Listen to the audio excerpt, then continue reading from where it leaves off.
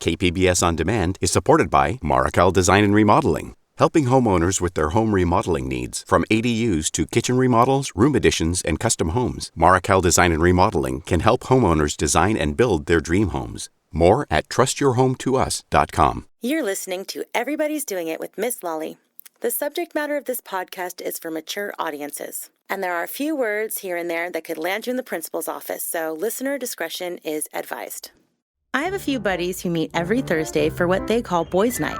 I've been told it's a lot of watching hockey, playing Grand Theft Auto, and talking about cars and motorcycles. You know, super stereotypical masculine guy stuff. But my overreactive imagination pictures them sitting around eating pizza, drinking whiskey, and giving high fives while talking about boobs and butts. The boys swear it's not like that. They promise they're grown men, not teenagers, and they're able to talk about real feelings and sex like fully formed adults. But I've been around groups of men when they let their guards down. I've also been around groups of women who can be very graphic about what goes on in their bedrooms when they get talking. So I wasn't buying the "we're too mature for that" act from these three dudes. But they were insistent, and to prove it, they invited my microphone to boys' night. Not me, of course, but my recording device. And I have to admit, I wasn't expecting to hear this side of them. So it's been on the back burner, and now it's like I can kind of go out and see somebody again. But well, you're not on a quest either. So I'm not on a quest. And that's why you're going to find someone awesome. Oh, dude, if you're looking for that poontang, you're not going to find it. No, yeah. It's not the one that you want to keep around. You know what? I agree with that statement, but at the same time, I think it's interesting how when you talk to people who have, like, their grandparents were together for 60 years, 70 years, it was always that was their first love. You know what I mean? And I don't know anyone who's with their first love. I think the population boom doesn't help. There's more ways of knowing people now. Yeah. But also, that was like the grandparents' time. Like, you could move 11 miles down the street and have a new life and a new family if you were a guy. Guys walked out on families all the time back then. My grandparents were together for 50 plus years, and my grandpa talked around all the time. You weren't allowed to leave the marriage because you'd be frowned upon as a woman in the 50s and 60s. You know, it wasn't like now people just get married and divorced in 2 years. I have a lot of friends, and I'm the only one who's married. Right. And aside from one other one, I'm the only one who's ever been married. Yeah. You found a formula and it worked for you, and you guys are a great power couple, and you have, like, your life set together, and that's, like, fucking beautiful. Okay. Guys like me, I'm like, okay, I'm in a relationship for 4 years now. But I've been in and out of relationships, and a lot of them were short, and then some of them were long. A lot of them were toxic, and I'm like fortunate for once in my life to have a queen, someone to stand on. And yeah. We help each other. She has my back. She covers me. I cover her. And you guys have a beautiful relationship too. So it's like, that's why. But you locked in. You're like, oh, I'm fucking not losing this one. 25 years is a long time. It's a long time. For me, there's tough times. Like, you know, have you ever heard the term 7-year itch? Mm-hmm. Like, yeah.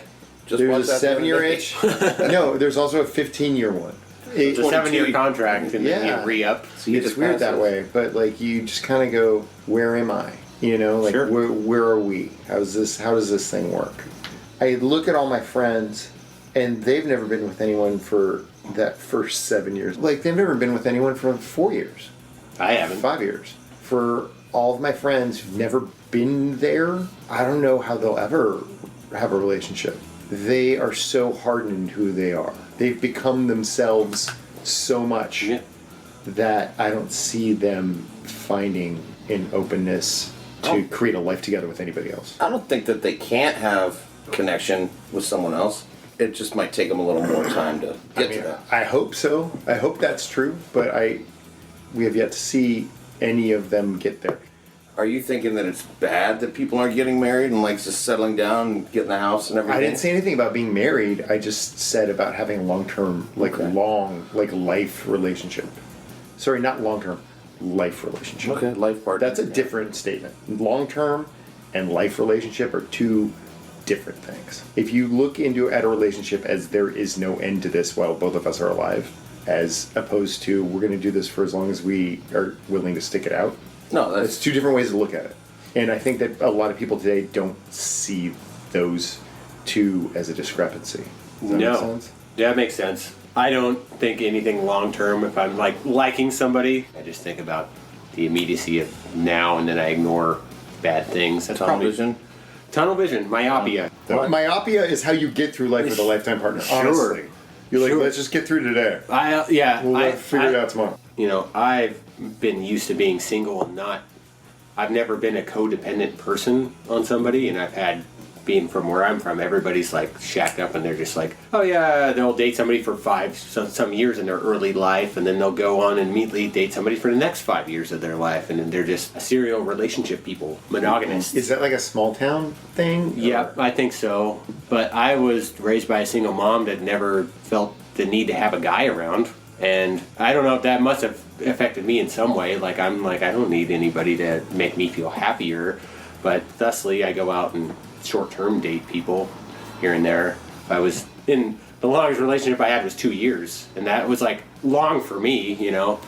I learned a lot from that. But now I'm just like, you know, I'm not looking to jump back into anything or default to being this single guy. Like, everybody just assumes I'm picking up chicks at a bar or something. Sometimes, sure. But no, I've never felt the need that I was like lonely and needed to do that.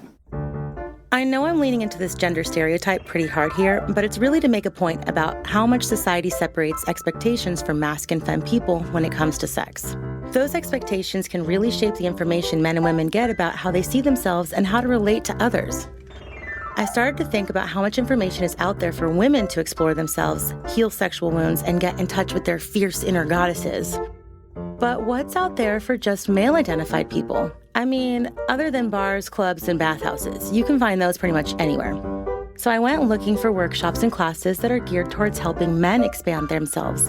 And I was pretty disappointed in how little I found.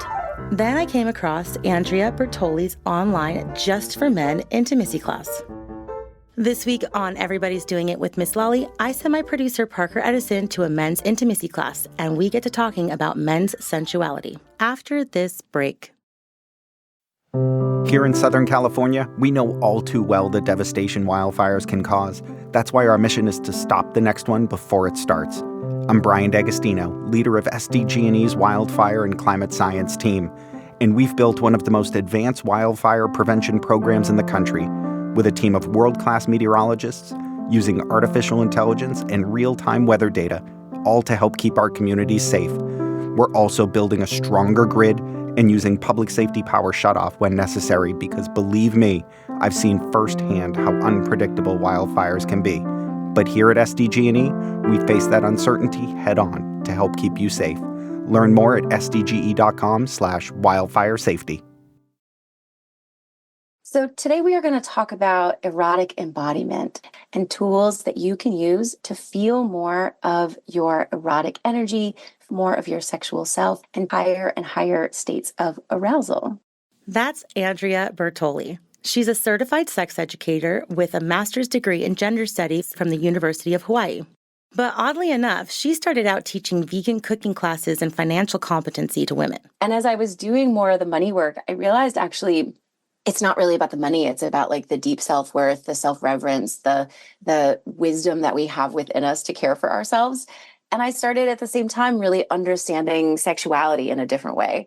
And I remember talking to my partner at the time and saying, could I just have a job where I just get to like talk to people about like food and sex and money? These are the things that we're all supposed to know how to do really well. We're supposed to know exactly what diet works for us. We're supposed to have a bunch of money and we're supposed to be having a lot of sex, but we're never supposed to talk about it.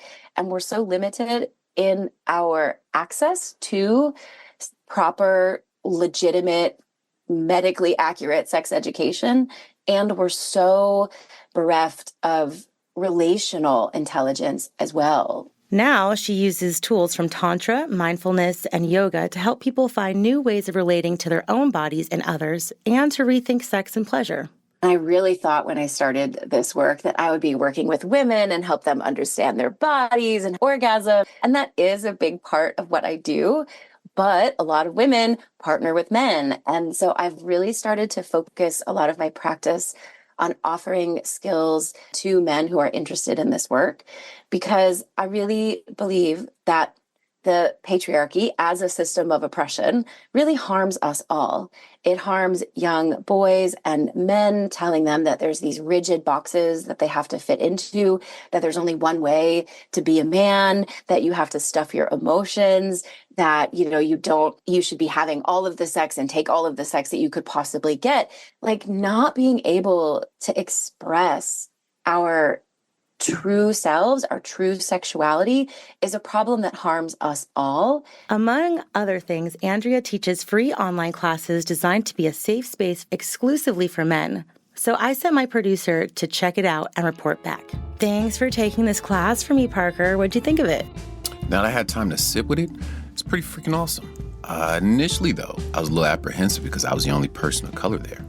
Oh, do you think there's specific barriers for people of color? Yeah, I think cultural stigma and biases play into the bedroom, so there won't be that sharing of information. And I think that's what happens to Black and brown men. Sometimes we don't get the invite because of those biases. How do you think it could become more accessible? Just plain old having conversation of the people who have the info, telling the people who don't, and taking note that both want the information. I think that's making the whole difference. That's what you did. I did see a few events that looked interesting, like the SIR Festival. SIR stands for Sex, Intimacy, and Relationship. It's a 2-day event for men that offers intimacy and relationship workshops, but it seems to only come around once a year, and it's for, quote, men who love men, which is neither of us. I also found plenty of play parties and bathhouses for men, but those aren't necessarily designed to help men expand their knowledge of self and sensuality. What kinds of things did Andrea get into in the class you took? She got into so many interesting details. Let's take a break, and then when we come back, I'm going to ask you a bunch of questions about it. All right. Most plastic doesn't get recycled. It just ends up in the landfill. Instead of trashing it, you can reuse that container by refilling it at Earthwell Refill over and over again.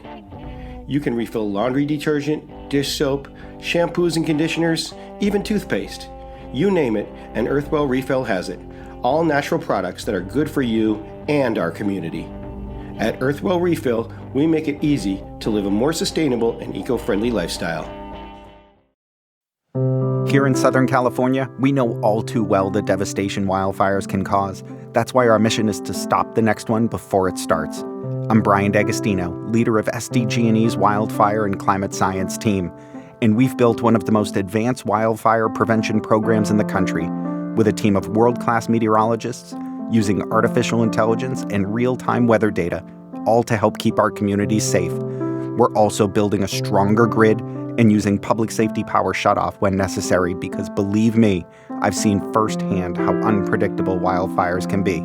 But here at SDG&E, we face that uncertainty head-on to help keep you safe. Learn more at sdge.com/wildfiresafety. I was curious about the resources available to men to help them get more in touch with their sexuality, so I looked for classes and workshops I could send my producer, Parker Edison, to. After some digging around, I found Andrea Bertoli's online men's intimacy class and got to chatting with Parker about it. Parker, I didn't get to take this class, but I did get to talk with Andrea for a long while, and we really dug into talking about the stereotypes that men are taught about, real men have lots of sex. Did she talk about that in the class? She definitely did. There's this kind of unspoken rule that men want quantity over quality, and she pushed away from that. In fact, she pointed out that it's more attractive sometimes to reserve that type of energy. When she and I were talking about this, she was getting really deep in the subject, not just how to hold back so that you could play the game to get more sex, but like how to really harness energy and energy exchanges. Yeah, she very much gets into the intangible side of things, and I don't think regular life allots time for us to touch about that. How is it having a woman leading the group and talking about these things? Like I said, I was apprehensive in the beginning.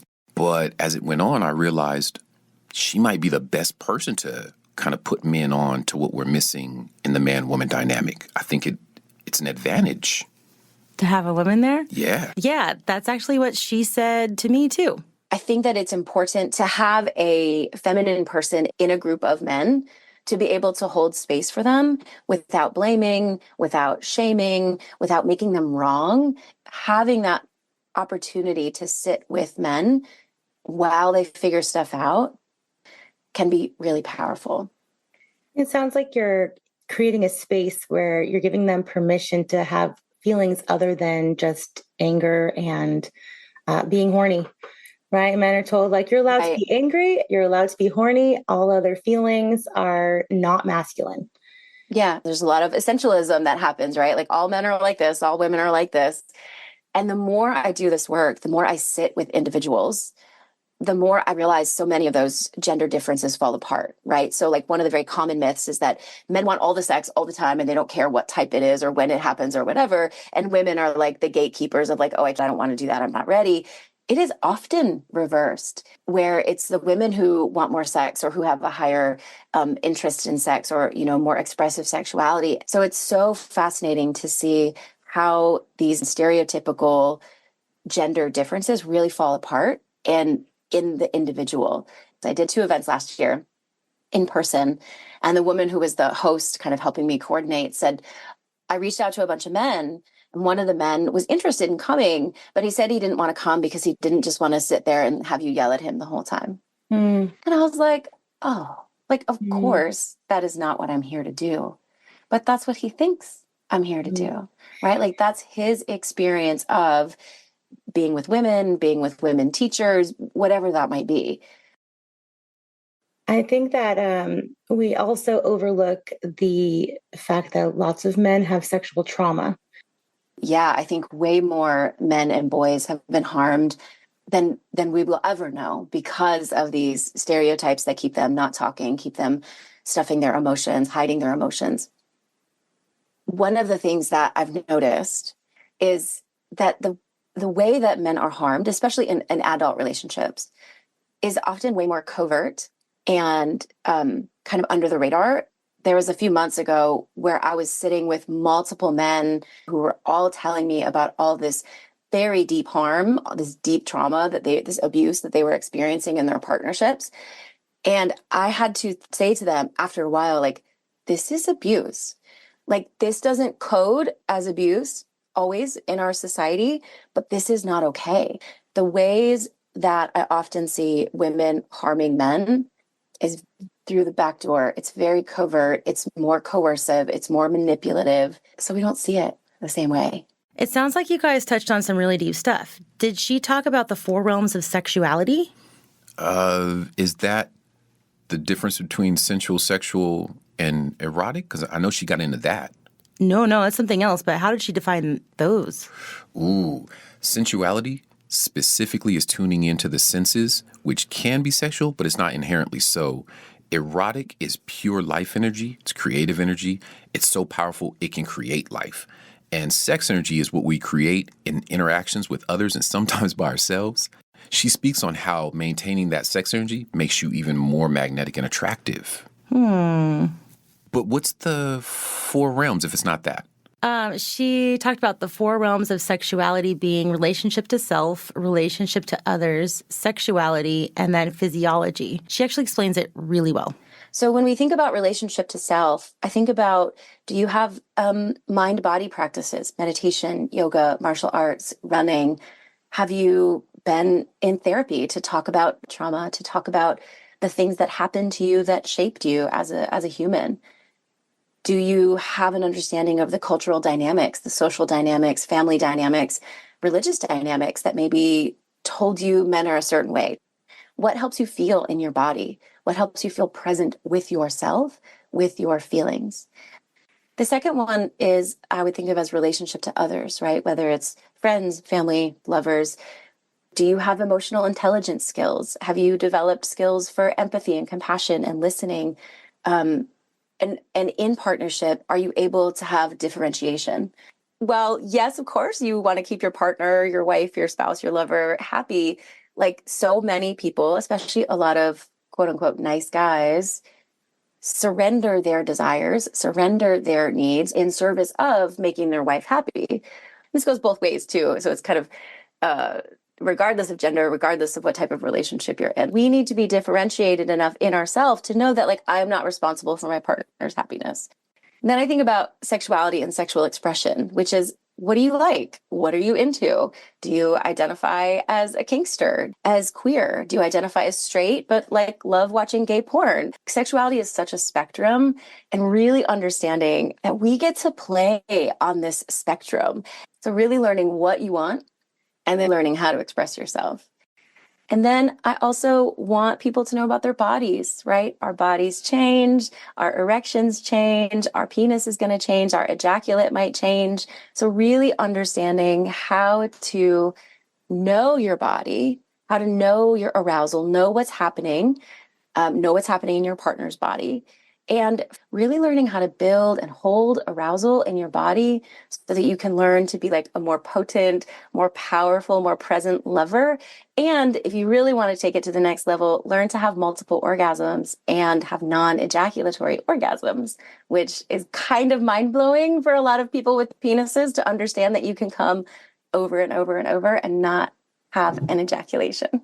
Yeah, I took a prostate massage class, and we had a whole conversation about accessing multiple orgasms through prostate massage. And it was pretty fascinating and amazing to see and to then practice later. She fully dives into the psychological aspects of it in the class. One of the things that she brings up that I'm still sitting with is surfing the 8.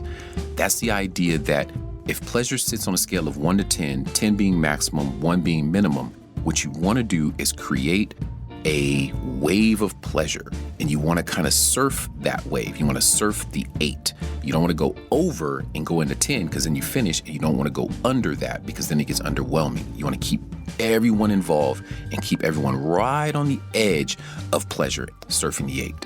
I could see how that would be a good tool for men. That's not really something that I think a lot of women have to keep in mind. I don't know a whole lot of women who are like, oh no, I'm going to orgasm too fast.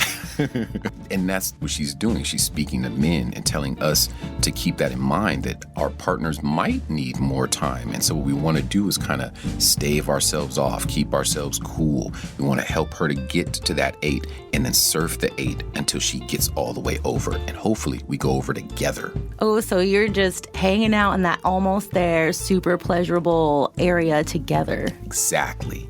Teamwork. Teamwork. But wait a minute. We're not just going to zoom past that little thing that you said. What about a prostate massage class?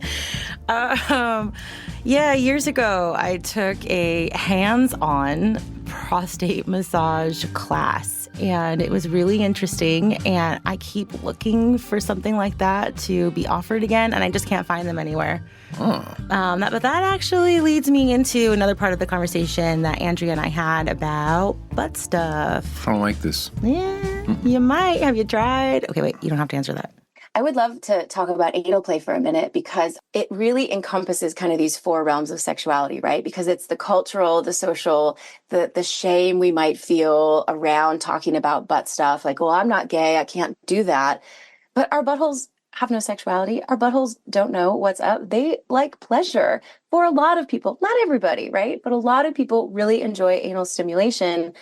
And I love teaching men to explore this part of their body simply because it helps them in a very visceral way unwind some of this cultural shame, unwind some of their maybe internalized or maybe overt homophobia. It helps them unwind the idea that pleasure is only in their penis. You know, a lot of couples get stuck in this routine of, we only have sex that is penis and vagina sex. We don't want to do anything else. You know, so it's both like personal. How do we break out of that idea? And it's kind of cultural. Like, how do we give people more permission?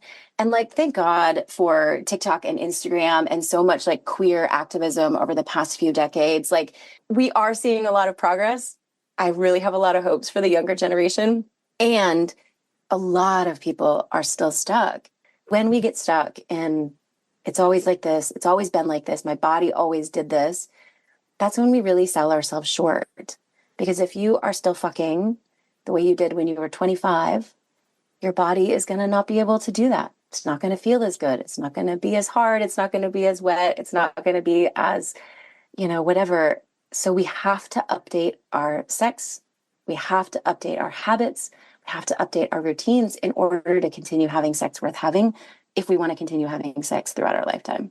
As I take these classes and workshops and talk with people about sexuality, one of the things that really sticks out is that healthy sexuality has a lot to do with growth and adaptation, like really not getting stuck in a routine that doesn't work for you or no longer feels satisfying and fulfilling.